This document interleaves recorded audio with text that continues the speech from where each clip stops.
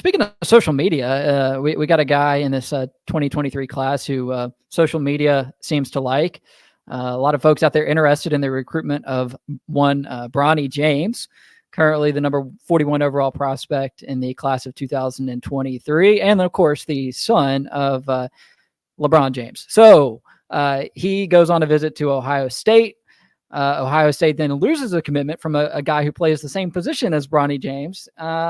Adam, is this a coincidence? What's going on here with Bronny and Ohio State? Are the flirtations, are they indicative of a potential commitment? I mean, what are we talking about here?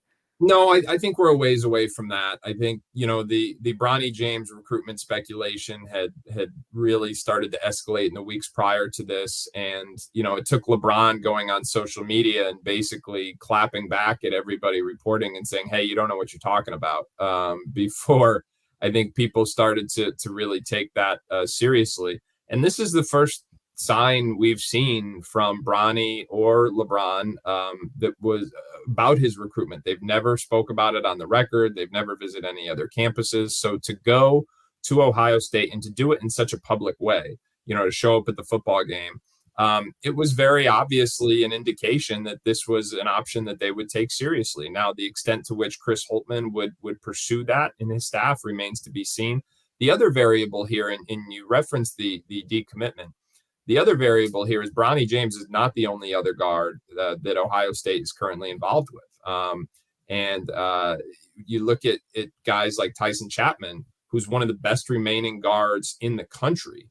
Ohio State is very firmly in the mix for him. So when it came to Washington's decommitment, I think he looked at it as like, hey, I'm not sure what my role is going to be here from day one. I've got other places where I can go and be not just play immediate minutes and have a close to I don't want to say guarantee, but a really good idea of what my role is going to be from day one.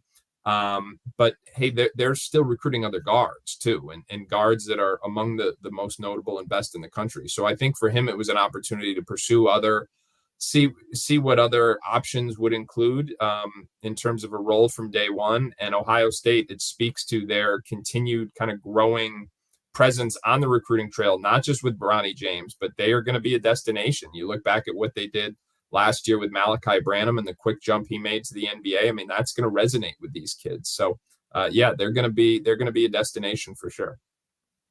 I would love to see Bronny James play at Akron for this reason. Let's say Imani Bates's career at Eastern Michigan turns into a multi-year endeavor. Unlikely, but hypothetically at least.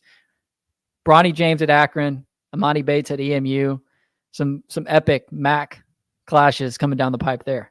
So this is beyond speculative, but I was following the NBA and the trade the Cavs made, and I kept hearing how in their current roster they've got 2 bigs and 2 guards, and they're almost maxed out from a cap standpoint, and they're not sure what they're going to do with the wing position. And obviously, the dream is LeBron comes back home one more time, and I'm thinking to myself, I said, geez, what would that look like from recruiting? Now, of course, he just signed an extension, and Bronny, assuming he's only going to try and play 1 year in college, might be done at that point. But, listen, Ohio is home for the James family. LeBron is a known Ohio State fan. I think it was very calculated that is where he took his first official visit, or I'm sorry, unofficial visit. Let me be clear about that.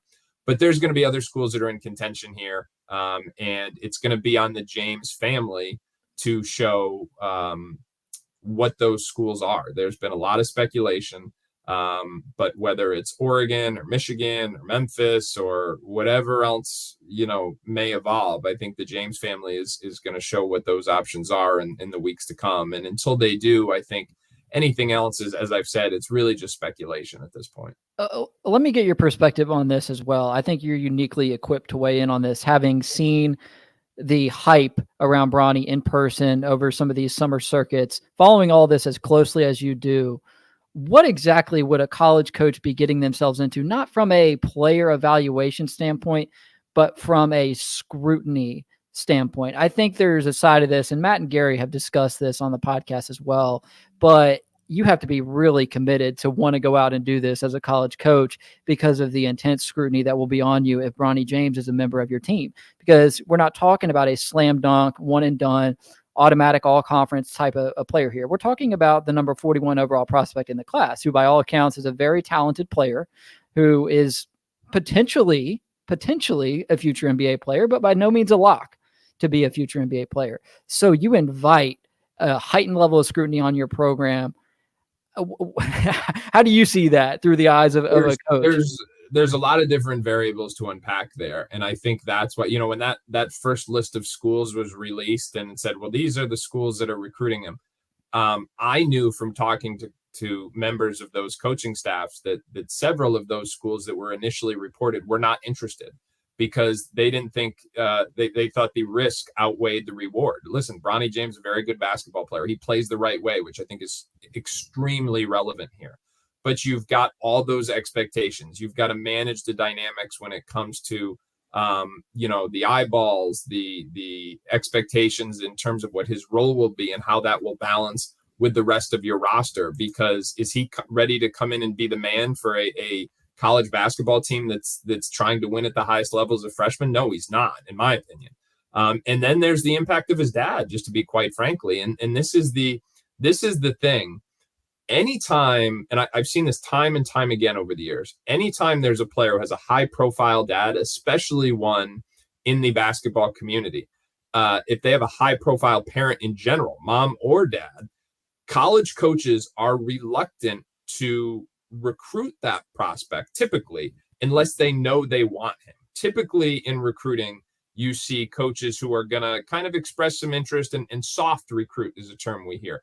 But when you have a high profile parent, they're not going to do that unless they are sure they want to move forward, because they don't want to create kind of false expectations among someone who is well known or established in the field. And with Bronny James in particular, you can bet that is going to be the case to the infinite degree. So any coach or any school that pursues him is going to be very, very deliberate and very sure that not only do they want him as part of their program, but that they are ready to deal with everything else that goes along with it in terms of everything from scrutiny to security, because both will be factors everywhere they travel. It's going to change almost all aspects of the daily program because it just comes with it's just totally different in terms of the amount of eyeballs and attention that Bronny James generates relative to almost anybody else in high school basketball.